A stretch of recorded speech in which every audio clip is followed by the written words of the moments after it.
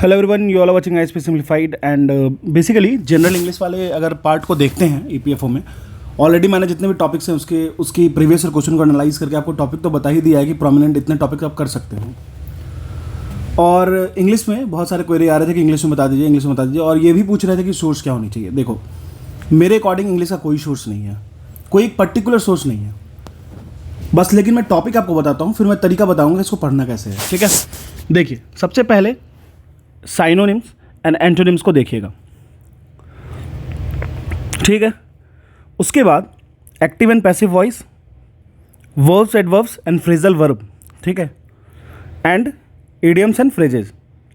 उसके बाद error spotting and conjunction and preposition. बस इतना ही करना है, इससे ज़्यादा कुछ भी नहीं करना है और कर भी नहीं पाएंगे, टाइम नहीं है। लेकिन यही मेन है, यही गेस्ट है, इससे ही क्वेश्चन आएगा। साइनोनिम्स एंड एंटोनिम्स, ये तो आपको भर के दिखने को मिलेगा। एक्टिव एंड पैसिव वॉइस, ठीक है, फिर verbs and adverbs, idioms and phrases, फिर एरर स्पॉटिंग, फिर कंजंक्शन एंड प्रीपोजिशन। अब मैं आपको बताता हूँ किस तरीके से पढ़िएगा।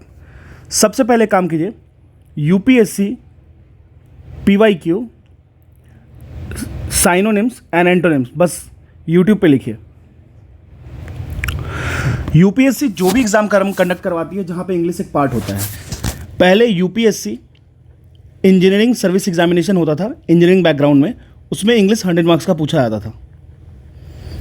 उसके क्वेश्चन आपको मिल जाएंगे और कहीं भी क्वेश्चन नहीं खोजना है, डायरेक्ट यूट्यूब पे लिखना है।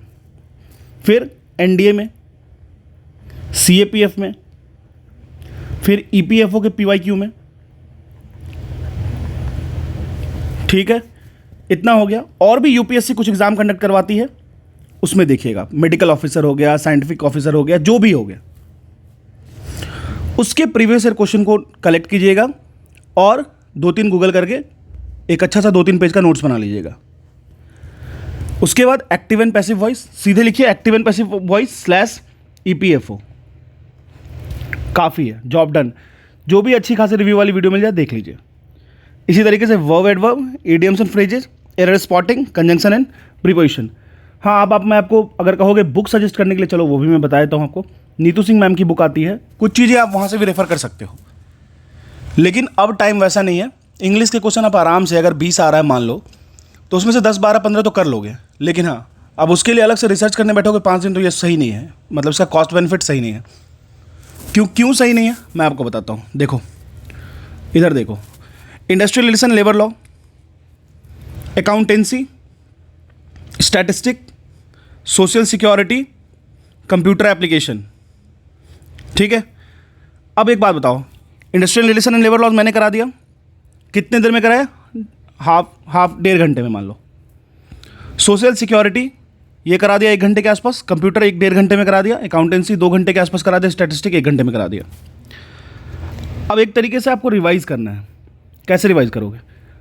आपने अगर मेरी पीडीएफ रख रखी है बरलोज से, या फिर वीडियो सुन जाओ 1.5 या 1.75 से, लेकिन इसको ज़्यादा ध्यान देना जरूरी है। इंग्लिश हम करेंगे ही, मैथ्स हम प्रैक्टिस कर ही रहे हैं।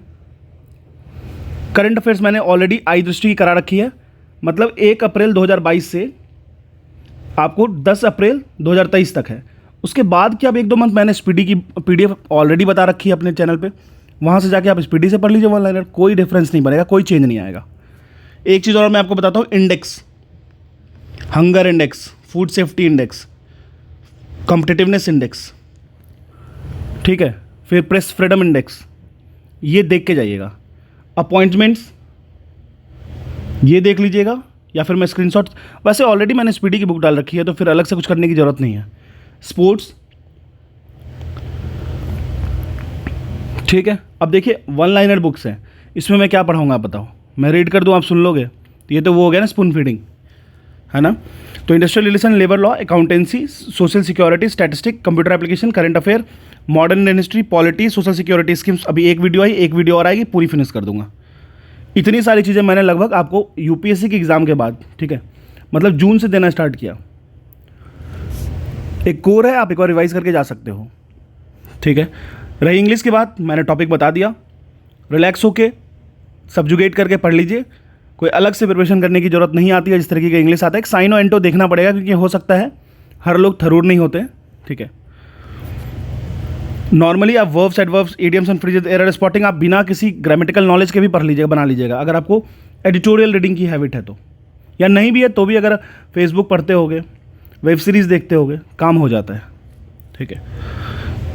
और रही ये सारे टॉपिक मैंने ऑलरेडी करा दिया है, और जो आगे की टॉपिक्स बता रहे हैं, एक अभी मतलब मैं प्रॉमिस नहीं कर रहा हूँ, लेकिन एक ऑडिटिंग है वो मैं देख सकता हूँ, पढ़ा सकता हूँ, लेकिन वही है, थोड़ा सा टाइम का कॉन्स्टेंट है, लेकिन मैं कोशिश करूँगा। इतने सारे टॉपिक मैंने करा दिए हैं।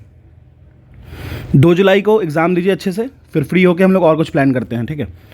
और आप लोग अगर बीपीएससी की या फिर किसी स्टेट पीसीएस की तैयारी कर रहे हो, खासकर यूपी पीसीएस या फिर बीपीएससी, एमपी पीसीएस वाले भी, सारे के सिलेबस लगभग सेम ही, एचपीएससी वाले, इन लोगों की सिलेबस सेम है, तो एक बार इन्वॉल्व होइए, ठीक है।